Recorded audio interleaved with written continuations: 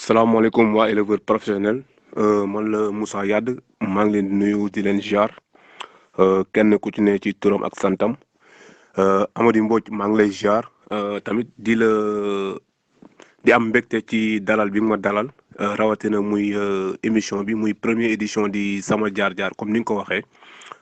maa ngi leen di déglu di taaxirlu pare naa daal pour tontu seeni question merci. waaw Amady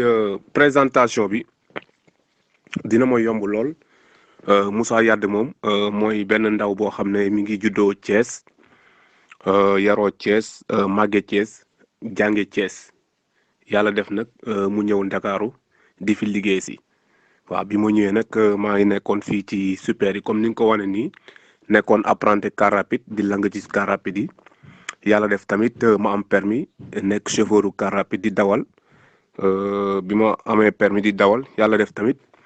ma nekk transporteur waaw gérer sumay car rapide en même temps tamit bi may dugg ci élevage bi comme ni nga ko wane ci photo bi nii laa rombee sama premier xar Seras ci daralu malien yi ma ne sama xel xar bi de su ma tourné bu dee jarul naa ko waxaale jënd ko ma joxe sama oto ñëw 3 jours may baagante foofu ba finalement may mujjee jënde xar boobu à 190 000 waaw noonu la sama parcours daal noonu la démarré macha allah. waaw Amady waaw comme ni nga ko waxee damay sawar trop pour tontu ko yàlla nag dafa def man bi may xale dama mës a bëgg jur waaw fas nag laa gënoon bëgg sax ka xar bi école tëjee dama daan dem su ma dëkk ñoom yaay fa laa daan vacances bu ma demee daan sàmm foofu ay xar léegi nag loolu tamit bokk na ci li ma gën a motiver ci sama bëgg jur mais nag li ma dugal ci xar fii bi ma ñëwee bëgg-bëgg moom moo ma topp ba man bi may jënd sama premier xar bii nga wane nii muy njaaye bi ma koy jënd bëgg-bëgg bi ma ci amoon rek mooy man naa jël xar bi di ko xontu muy suur su ma wàccee di ci dundal sama xol di ko sang muy set bu may jurale ay xaru tabaski ma koy may sama papa intention boobu moo ma dugaloon ci xar mais du càggante ni dama ñëwoon pour commercial quoi pour xaalis man bëgg-bëgg la woon naa koy xontu muy rafet su ma wàccee di ci dundal sama xol bu juree mooy jël di ci may sama papa tabaski intention boobu laa ñëwee woon ci xar yi wax dëgg yàlla mais nag ba yàlla def tey lii mu def. waaw Amady man bi may jënd xar boobu ci jamono yooyu c'était en 2006 waaw wax dëgg bi may yaree xar bi sax pour wane sama bëgg-bëgg même moment boobu demoon naa sax ba suma xel après quelque temps ma bëggoon tukki ndax xar bi ma ko jëndee 5 jours sax la def ci man pour ma wax la 5 jours pour wala ne bëgg-bëgg du woon business 5 jours la def ci man ñu fay ma ci 400 000 te booba mi ngi ànd ak benn mboti bu góor mënoon naa ko jaay bu doon xaalis laay wut ak bénéfice mais moment boobu bëgg-bëgg moo ma ci dugaloon ma ne 210 000 jaralu ma may jaay xar parce que xar bi eggoon na ma foo xam ne demoon naa maag moom amoon nañ benn affection boom dem naa sax ba lijjanti woon sama passeport pour dem sax immigré yi parce que jamono yi bëggoon naa immigré yi mais bi ma xalaatee xar bi sax miin bi ma miin ak ni ma mel ci ñoom moo ak doomam ak ay doomam ci jamono boobu quoi après quelque temps ma ne xar yi daal man vraiment ñeewante naa leen di leen bàyyi fii di dem di tukki finalement ma jëlaat tukki boobu teg ko ci suuf. waaw Amady loolu posé nga question bu am importance waaw parce que moment boobu comme ni nga ko waxee li ma ciy conseil muy man di sama morom ñi nga xam ne tey man am naa ci expérience dund naa ko li ma leen di conseil mooy xar yi baax na trop macha allah baax na mais tamit nañ ko boole ak seen métier parce que je me rappelle man bi may soog a dugg ci xar yi demoon naa ba nga li nga xam ne tey muy car rapide yi nga xam ne tey mooy sama métier mooy fondement bi nga xam ne xaalis bi ma jënd xar yi tey si laa ko jëlee dama demoon benn moment ma jiital sama bëgg-bëgg ba ci xar yi ba ma xaw a négliger su ma liggéey ci côté transport bi yàlla def sama oto yi commencé di sooxe booba temps sax ñaari oto la ma yàlla dénkoon mais nangootuma woon dawal oto yi xam nga saa yu ma xëyee damay wër rek fu ma dégg ñu ne champion mi nga fa ma dem fu ma dégg ñu ne am na xar bu baax ma dem négliger oto yi daanaka nangootuma sax jóge oto yi daan naa jàkkaarloog sama oto muy ñëw sax ma jàdd pour rien que sax bañ chauffeur bi gis ma moment woon dem na ba oto yi daanaka tolloon nañ sax ci gaare parce que dañ ne dem na ba mënatuma leen sax dépanner ndax bëgg-bëgg bu ma bëggoon xar yi bu ma toppoon xar yi ba négliger lële finalement nag léeg-léeg mujj commencé di sooxe mais yàlla suturaal ma nag ba ci xar yi laa mujjee jaayaat pour mën a dépanner sama oto continuer waat sama yoon moo tax nag comme boobu temps tamit dama réeroon parce que man yàlla moo ma bindee ma nekk nit koo xam ne man lépp lu may bëgg rek damay dem ba jeex booba xar yi egg na ma foo xam ne tey gistuma dara lu dul xar ba xawoon négliger lale mais nag bi ma toogee nag ba sama entreprise nara naax saay si laa toog nag ma yeddaat sama bopp ma ne pourquoi pas man ma liggéey ba egg si fii nar ko yàq léegi nag xar yi ak liggéey bi mën na ànd léegi nag naa concentré wu ci samay oto defar ba ñu baax léegi continuer ci xar yi continuer ci oto yi ñoom ñaar ñëpp bu ci ne tey mën a dem mais waroo ci négliger benn loolu nag laay conseillé ci jeunes yi daal. waaw Amady question boobu tamit neex na ma trop pour ma répondre ci te dina yomb trop pour ma répondre ko suma relation ak Abu li ko indi yàlla dafa def comme man ni ma la ko waxee rek bi may dugg ci xar yi yàlla dafa def man ak moom ku xam Diamaguène ak bergerie Galoya xam ne sorewul boobu miinuma ko nag mais daan naa dem di fréquenter bergerie bi léegi nag bi ma demee ma laajte numéro am ñu jox ma ko moment boobu ma laaj ko ma ne ko ma woo ko téléphone ne ko dama bëgg xar mu ne ma dans 3 mois nga jaar après may def noonu di ko fréquenter ba ma gis ne moom day jënd ay xaru tabaski léegi nag comme man dama bëggoon xar te xar jaraloon mu lu nekk moment boobu nag man ma doon ànd ak moom ne ko nag di ko dugal ci zone Diamaguène bi di ko wan ay xaru tabaski fépp fu ma gis xaru tabaski bu baax ma ànd ak moom xam nga yóbbu ko fa. yaa ngi dégg ci noonu la suma relation moom commencé après même jour bi nga xam ne sax tey si la may proposé tëb ci Boy Séeréer booba maa ngi koy fàttaliku dañu àndoon biir Diamaguène zone Diamaguène lañ doon def di wër ay xaru tabaski ñu jaar sama kër muy premier jour bi muy soog a ñëw suma kër biñ fa jàddee mu yéeg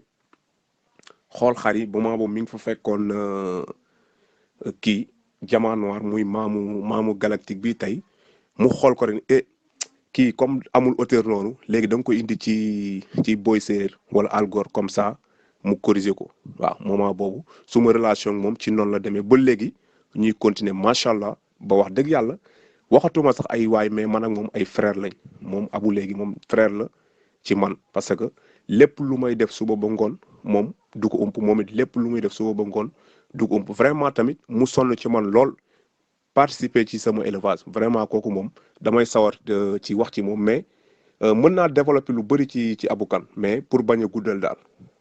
waaw Amady loolu dëgg la parce que su ma digganteeg moom comme ni ma ko waxee rek daanaka tey su ma doon wax ni du jeex mais élevage bi comme man li may wax rek pour ñi nga xam ne tey ñi ngi dugg ñi ngi soog a ñëw wala ñi ngi ci pour xam ne élevage bi moom du xaalis rek moo koy joxe affaire élevage ak lépp lu mu mën di doon ci àdduna sax laay wax. relation humaine bi daf ci am solo mu nekk tamit relation bu sincère ba pare yow tamit li ngay def mu nekk loo xam ne li nga bëgg nga sonn ci comme ni nga ko waxee sànq tarbiyu ko bëgg ko gëm ko parce que affaire yi du xaalis tey su doon xaalis say mooy maye xar bu baax tey amaana man du ma egsi fii ma egsi comprendre mais relation tey moo tax ma egsi fii ma egsi tey sama départ élevage maa ngi déparé 190 000 waaw te moment boobu tey fii ma egsi tey. ak xar yi prix bi ñuy jar tey façon xar bu nekk tey bu ma soxla tey na mën naa la exemple rek tey ci Grand Rane ak tey bâtonnier bi nga xam ne tey macha allah champion la boo xam ne tey ñun ñëpp am nañ ci moom yaakaar suma kër la jóge dem ci Omar Cissé bu doon xaalis tey mënuma ko jënd wala bu ma ko jëndee tamit dina métti trop ci man dina am sama yeneen activité yoo xam ne dina ma ko yàqal kon nag affaire yi relation humaine bi moom laay jiital ba pare tamit. mu nekk loo xam ne lu sincère mu bañ a nekk tricher waaw bañ a nekk loo xam tey intérêt rek moo ko lal parce que des fois tamit mën naa ñëw bëgg ci Amady Mbodj benn affaire fexe dugal sama diggante moom relation pour am na lu ma bëgg ci moom su ma ko amee léegi jeex na non warul demee noonu dafa war a nekk relation boo xam ne dafay dëggu même bu dul xar sax yàlla def da ngeen di ànd da ngeen di séq teraanga séq li ngeen séqoon tey man Abu sama diggante damay dem Galoya dañuy ànd fu nekk waaw lépp loo xam ne tey xewle na ko muy ci këram dama fay teew ma ne lu ma xewle suma kër damay teew lu génn affaire cadre xar kon tey nga xam ne loolu yëpp lu sincère la mais nag xar moo waral loolu kon nag affaire yi moom nit ki lépp looy def rek gëm ko te muy dëgg ci yow tamit nga xam ne tey nit ki moom mën nañu jëriñante daal loolu tamit am na solo trop. waaw question boobu question bu am solo la. waaw question boobu li tax man damay sawar toujours pour tontu ko pour man damay wax ne jeunes éleveurs yi ñi nga xam ne tey amuñu moyen man maay seen ambassadeur moo tax tey boo ma posé question bi damay sawar trop pour tontu ko su ma carré ci élevage damay wax ne 190 000 boobu ba léegi nii moom mooy tourné suma mbaar maa ngi jënd ay xar nag damay génn xaalis di dem di jëndi du ma wax nag ne jënduma ay xar mais bi ma yoree 190 000 xar boobu ma jëndoon 190 000 ay doomam laa jaay tey am na doomam bu ma jaay si laa jënd tey dem ci Balla Diagne jënd fa Diamant Noir muy maamu galactique bii tey 400 000 ma jaayaat xar boobu tey juraat beneen doom bu góor boo xam ne tey maa ngi ko jaayoon ci jamono boobu 450 000 dem jënd ci maamu Nations Unies ci abukan 450 000 kon ci noonu la déparé mais nag du caagante ni nag mais jëluma xaalis financé mais après comme ni nga ko waxee sama relation diggante ak éleveurs yi comme abukan tey jàpp na sama élevage tey Nations Unies su demee ba juddu ci man tey moo may tëb man dama daan dem di jaay xar comme su ma ñëwee sa gétt Amady Mbodj gis fa xar bu ma neex ma dem jaay daan naa jaay ñaari xar dem jënde ko benn xar ci jamono yooyu léegi noonu laay def di def noonu di tourner ba yàlla def tey ma egsi fi ma egsi ak ndimbalu tey abukan ak ñeneen éleveurs yu baax yu nga xam ne tey yàlla boole na ma ak ñoom ku ci mel ni tey Maodo Lo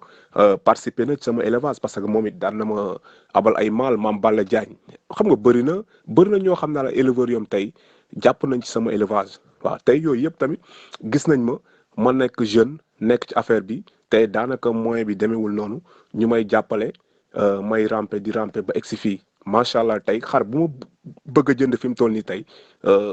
su ma gisee te mu neex ma tamit damay dem ma jënd ko waaw yooyu yëpp tamit macha allah daal. waaw Amady question boobu tamit dinaa sawar pour tontu ko parce que élevage bi wax dëgg yàlla dund naa ci ay jafe-jafe ay mettit yu doy waar parce que su ma nee jafe-jafe nag mooy bi may soog a dugg wax dëgg yàlla dama ko bëggoon bëgg boo xam ne jaraloon na ma ko lu nekk waaw daan naa sol suma dàll nag di dem fu ma dégg ay champion wala xar ma dem am na ñoom tamit di nga ñëw xam nga vraiment dinañ toog waxtaan ak yow dalal sa xel xam nga encouragé la mais tamit am na ñenn ñoom tamit ci ni ñu lay gisee duñ la jox gëdd bi ci war daal am na ñoom tamit duñ la jox gëdd waaw léegi ci biir loolu dama doon am lu ma metti quoi dama doon ne man vraiment maa ngi ñaan yàlla tey fii ñuy egsi nii dama fa doon egsi waaw te ma sacrifier sama liggéey tamit yàqule ci lu bëri ci sama liggéey waaw même suma yaay sax am na ay temps doon na ma wax ne ma jaayal sa xar yi moo tax mënatoo am dara lu ne ma xam nga topp bëgg-bëgg nekkoon dimbali ma rek te nga ñaanal ma quoi xam nga lii mën naa ci am dara mais après loolu dund naa ko ci mu doon loo xam ne tey du ma ko fàtte bu mukk ba je me rappelle bi nation juddoo bi ma ko xoolee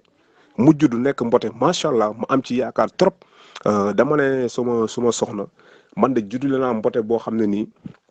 lépp lu ma doon jooy ci élevage xar bi moo ma koy fajal mais nag su ma nee jooy mooy jafe-jafe yi ma lim nii sànq yi nga xam ne tey doon naa ko dund ci sama biir élevage ak sama biir liggéey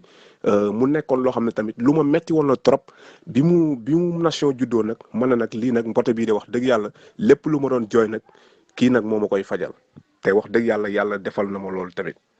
waaw Amady question boobu tamit vraiment question bu may sawar pour tontu la ndax bi affaire yi demee nii tamit wax dëgg yàlla dama ci gën a jàngaat àdduna gën ci jàngaat élevage parce que gisuma ci succès parce que lu tax mënuma ci gis succès mooy bu ma arriéré si ginnaaw rek xool man niveau bi ma tolloon rek ak léegi fi ma yàlla indi tey dama ci am beneen jàngat mu gën ma jàngal àdduna mooy daf may gën a wàcce ma gën a oyof parce que lu tax mu may gën a wàcce parce que tey su ma ci gisee succès rek damay fàtte démb parce que tey am na loo am tey même bu la yàlla yëkkatee ci kaw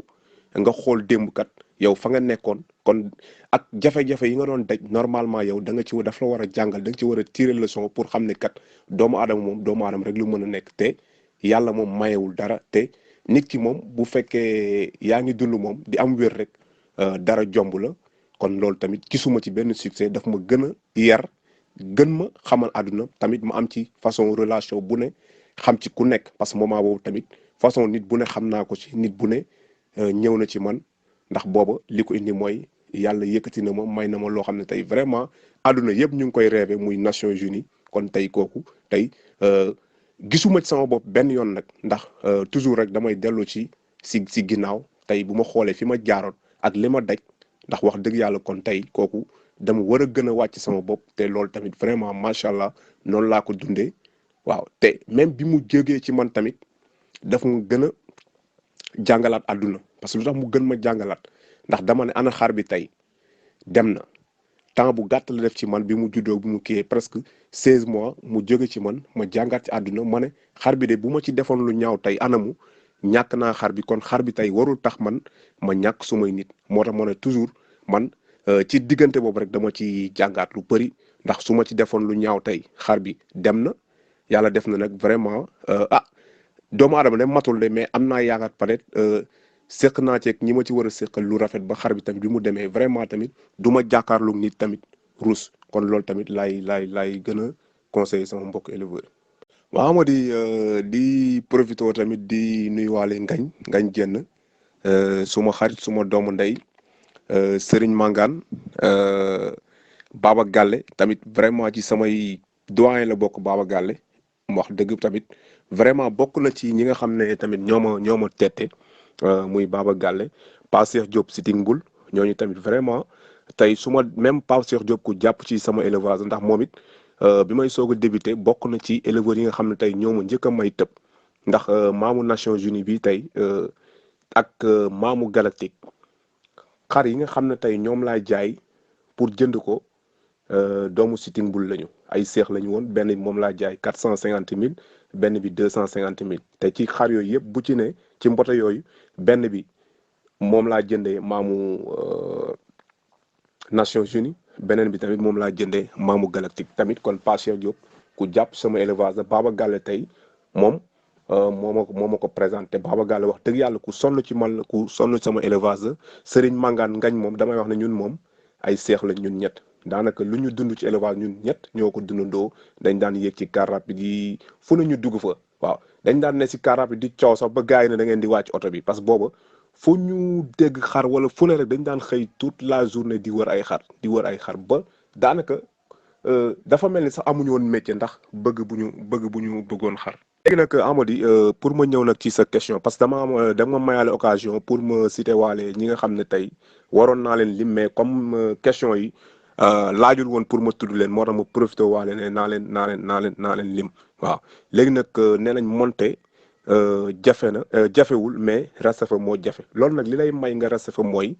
nit ki bul teel a gis sa succès tey même bu la yàlla dimbaloon tey ñu ne kii mooy éleveur bi nga xam ne tey moo mën ci Sénégal bu mu tax nga naagu waaw kooku dafa war a tax nga gën a serrer sa ceinture gën a redoubler d'effort tey lépp boo doon def benn tey nga yokk ko boo ko mënee def fukk sax nga def ko waaw gën a sévère ci say sélection xool xar yi ngay liggéeyee maal yi ngay dugal yooyu yëpp pour gën a améliorer sa élevage mais bu fekkee da nga ne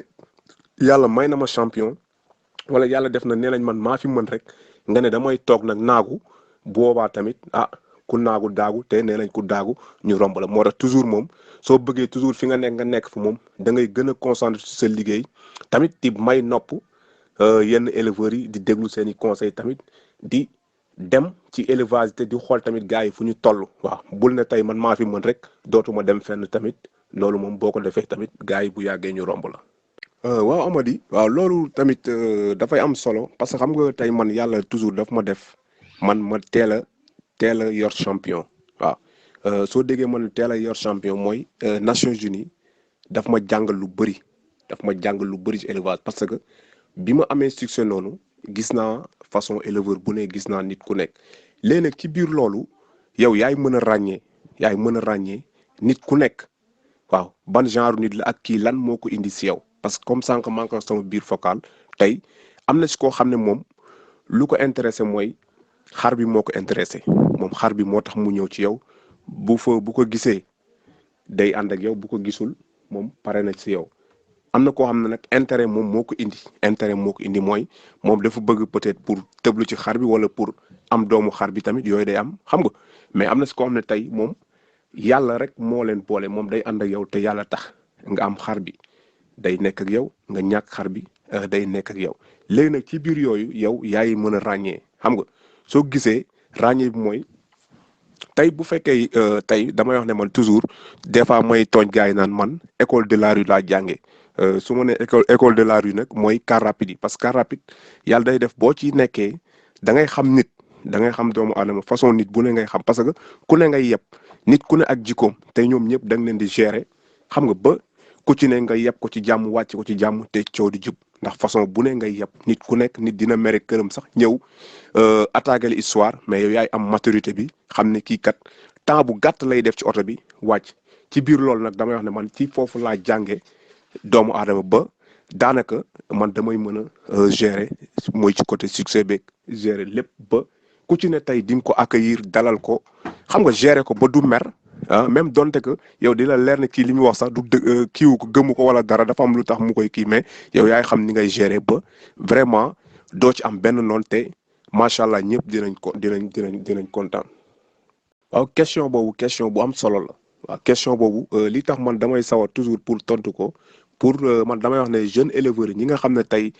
amuñu moyen man maay seen ambassadeur moo tax tey boo ma posé question bi damay sawar trop pour tontu ko su ma carré ci élevage damay wax ne 190 000 boobu ba léegi nii moom mooy tourné suma mbaar maa ngi jënd ay xar nag damay génn xaalis di dem di jëndi du ma wax nag ne jënduma ay xar mais. bi ma yoree 190 000 xar boobu ma jëndoon 190 000 ay doomam laa jaay tey am na doomam bu ma jaay si laa jënd tey dem ci Balla Diagne jënd fa Diamant Noir muy maamu galactique bii tey 400 000 ma jaayaat xar boobu tey juraat beneen doom bu góor boo xam ne tey maa ngi ko jaayoon ci jamono boobu 450 000 dem jënd ci maamu Nations Unies ci abukan 450 000. kon ci noonu la départ mais nag du caagante ni nag mais jëluma xaalis financé mais après comme ni nga ko waxee sama relation diggante ak éleveurs yi comme abukan tey jàpp na sama élevage tey Nations Unies su demee ba juddu ci man tey moo may tëb man dama daan dem di jaay xar comme su ma ñëwee sa gétt Amady Mbodj gis fa xar bu ma neex ma dem jaay daan naa jaay ñaari xar dem jënde ko benn xar ci jamono yooyu léegi noonu laay def di def noonu di tourner ba yàlla def tey ma egsi fi ma egsi ak ndimbalu tey abukan ak ñeneen éleveurs yu baax yu nga xam ne tey yàlla boole na ma ak ñoom ku ci mel ni tey Maodo Lo participé na ci sama élevage parce que moom it daan na ma abal ay maal maam Balla Diagne xam nga bëri na ñoo xam naa la éleveurs yoom tey jàpp nañ ci sama élevage waaw tey yooyu yëpp tamit gis nañ ma nekk jeune nekk ci affaire bi tey daanaka moyen bi demeewul noonu ñu may jàppale may ramper di ramper ba egsi fii macha allah tey xar bu ma bëgg a jënd fi mu toll nii tey su ma gisee te mu neex ma tamit damay dem ma jënd ko waaw yooyu yëpp tamit macha allah daal. waaw Amady question boobu tamit dinaa sawar pour tontu ko parce que élevage bi wax dëgg yàlla dund naa ci ay jafe-jafe ay mettit yu doy waar parce que su ma nee jafe-jafe nag mooy bi may soog a dugg wax dëgg yàlla dama ko bëggoon bëgg boo xam ne jaraloon na ma ko lu nekk waaw daan naa sol suma dàll nag di dem fu ma dégg ay champion wala xar ma dem am na ñoom tamit di nga ñëw xam nga vraiment dinañ toog waxtaan ak yow dalal sa xel xam nga encouragé la mais tamit am na ñenn ñoom tamit ci nuñ lay gisee duñ la jox gëdd bi ci war daal am na ñoom tamit duñ la jox gëdd waaw léegi ci biir loolu dama doon am lu ma metti quoi dama doon ne man vraiment maa ngi ñaan yàlla tey fii ñuy egsi nii dama fa doon egsi waaw te ma sacrifier sama liggéey tamit yàqule ci lu bëri ci sama liggéey waaw même suma yaay sax am na ay temps doon na ma wax ne ma jaayal sa xar yi moo tax mënatoo am dara lu ne ma xam nga topp bëgg-bëgg ne ko dimbali ma rek te nga ñaanal ma quoi xam nga lii mën naa ci am dara mais après loolu dund naa ko ci mu doon loo xam ne tey du ma ko fàtte bu mukk ba je me rappelle bi nation juddoo bi ma ko xoolee mu juddu nekk mbote macha allah ma am ci yaakaar trop dama ne suma soxna man de juddu la naa mbote boo xam ne nii lépp lu ma doon jooy ci élevage xar bi moo ma koy fajal mais nag su ma nee jooy mooy jafe-jafe yi ma lim nii sànq yi nga xam ne tey doon naa ko dund ci sama biir élevage ak sama biir liggéey mu nekkoon loo xam ne tamit lu ma metti woon la trop bi mu nation juddoo nag man na nag lii nag mbote bii de wax dëgg yàlla lépp lu ma doon jooy nag kii nag moo ma koy fajal te wax dëgg yàlla defal na ma loolu tamit. waaw Amady comme ni nga ko waxee macha allah ci côté yëpp man maa ngi ciy investir sama transport tey maa ngi ciy investir parce que tey nee nañ ku fàtte li la fal di nga folleeku loolu côté boobu macha allah maa ngi ci investir bu baax a baax tamit même ci élevage bi tamit maa ngi ci investir bu baax a baax te xam ne ñoom ñaar ñëpp bu ci ne tey mën nga ci am dara élevage bi tamit am na dara mën nga loo ci def mën nga ko rentabiliser ci kaw tamit nga xam li ngay sélectionner ak li ngay def sa xaalis waaw transport bi ma nekk tamit noonu moo tax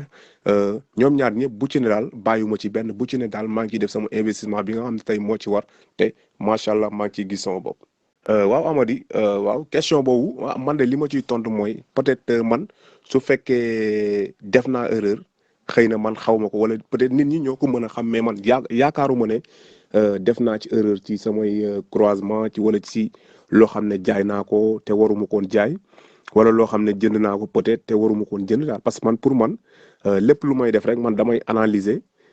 ba jàpp ne lii kat su ma ko defee xëy na moo gën ci man ma def ko kon nag moo tax man. pour man loolu jàpp ma ne def naa ci erreur wala ma am lu ma ci regretté daal peut-être nag nit nag mën na gis sa erreur waaw nit nag mën na gis sa erreur ne ah yow kat lii nga def nii peut-être waroo koon def mais man jàpp ma ne daal am naa ci lu may regretté wala erreur daal boo xam ne def naa ko ci peut-être nag nit ñi xëy na mën nañ gis ne def naa ko. waaw li tax Khady Diouf delloowaatuma ko ci séeréer parce que yàlla dafa def moment bi nga xam ne tey bi mu juddoo après nation moo ko tëbaat. bi mu koy tëbaat nag booba sax sama kanam la chaleur yi wax dëgg yàlla mais ma ne naa essayé xool moom ak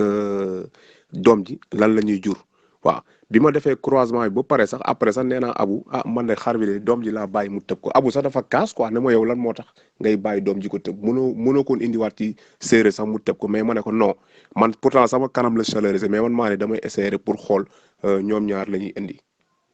après nag waroon naa ko yóbbuwaat pour defaat beneen croisement mais malheureusement parce que tamit lu ñu naan nit tamit ak duñ la may lépp nga jël lépp parce que moment boobu bi ma koy waaj a defaat booba séeréer mi ngi woon ci ay jamono yu difficile mu feebaroon trop ma ne nag am na loo xam nag sama ngor mayuma xar bi ak état bi mu am nii mooy jël sama femelle di ko fa yóbbu loolu tax ba malheureusement ni mu daanoo nii loolu taxoon amaatuñu ñoom ñaar beneen croisement. waaw moo di loolu moom li ma élevage defal moom wax dëgg yàlla bëri na trop tey su ma doon lim du ma jeexal mais li may gën a wax rek mooy élevage ci li nga xam ne tey moom moomu li ma gën a marqué ci élevage li ma defal mooy nit may na ma ay doomu aadama wax dëgg yàlla élevage gars yi dañuy wax xaalis xam nga wala ay bien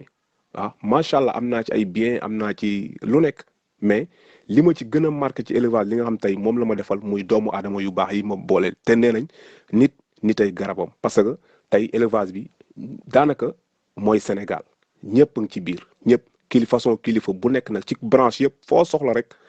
am na koo xam ne tey mi ngi fay yëngu ci élevage te imaginer tey nga soxla benn affaire rek nga jël sa téléphone woo nit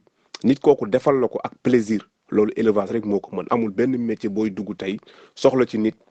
mu yomb la comme ni mu lay yomb ci élevage tey président de la république tey même su doon yar xaar sax tey nga soxla ko tey di nga jot ci moom direct sans nga am audience loolu élevage moo ko mën kon nag loolu vraiment man pour man dara gënu koo fort doomu aadama yi ma booleel yu baax yi nga xam ne tey lépp luñ lay defal dañ la koy defal ak plaisir waaw ak plaisir kon loolu tey rëy na ci man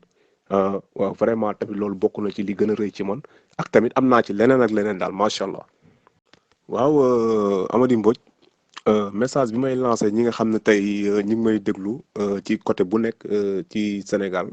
li ma leen lancé daal ci côté élevage bi nit ki moom lépp lu muy def na nekk loo xam ne lu nga gëm la waaw nit moom lépp looy def boo ko gëmee suñu borom mën na la ci jàppale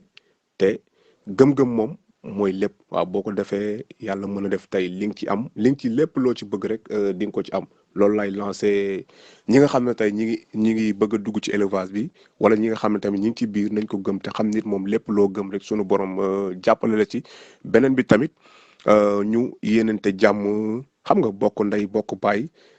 xam ne élevage bi kaf la ak ree la lépp tey amaana tey lii lépp bu doon xar tey yàlla mën a def ñu ci bëri duñu xamante kon tey bu ñu demee tey ba séq yenn teraanga yi ba ñu nit ñi di ci tuddante ay doom xam nga nit ñi di ci rendre nit ay service xam nga ñu ciy defante façon teraanga bu nekk kon tey loolu vraiment tey élevage rek moo ko mën di lancer appel ñun ñëpp tey ñu bennoo bokk ndey bokk baay xam ne tey li ñu boole lu barkeel la vraiment tey ñuy gën a rafetal ñu gën a rafetal daal macha allah loolu daal laa amoon message boo xam ne maa ngi koy lancé nit ñi maa ngi koy lancé ñi képp ku nga xam ne tey yaa ngi ci élevage bi wala yaa ngi bëgg a dugg di xam ne affaire bi porte yi ubbeeku na te xam ne élevage moom wax dëgg yàlla amul tànku ginnaaw tànku kanam rek la jëm waaw. waaw tamit di remercier Amady Mbodj vraiment tamit yow aw ma tamit du dul di la sant di la gërëm ndax yow nit ku modeste nga nit ku am disponibilité nga parce que vraiment tey dañuy échanger di partager lu bëri suma dëkkandoo nga suma frère nga man ak yow ñoo dëkk mais vraiment tamit da nga may nopp xam nga jox nga ma gëdd tamit man wax dëgg yàlla ku la naw laa wax dëgg dañuy échanger lu bëri tey. Da nga may conseiller ma lay conseiller tamit bëri na loo xam tamit du ma ci dugg mukk te tamit laajuma la sa xalaat loolu tamit vraiment maa ngi la ciy remercier parce que man yàlla moo ma bind noonu man képp nga xam ne tey séq nañ rek man lépp lu may def rek dinaa la ci dugal te yow it gis naa ni jox nga ma bopp macha allah di la ñaanal tamit yàlla may la gudd fan ak wér ba tey li ngay def ni sunu borom yóbbu la ci lu kawe sa njort parce que macha allah wax dëgg yàlla nit ku ambitieux nga nit ku am ambitieux nga te vraiment. nit ko am ay idées yu baax nga macha allah di la ñaanal tamit di remercier waa groupe éleveur professionnel ñun ñëpp ñi nga xam ne tey ñi ngi may déglu ak sama mbokk éleveurs yi di leen wax tamit wax yombul mais dañuy jéem rek vraiment lu nga xam ne tamit juum naa ko wala ma def comme erreur ngeen xam ne doomu aadama moom matul mais sama yéene rek moo nekkoon tey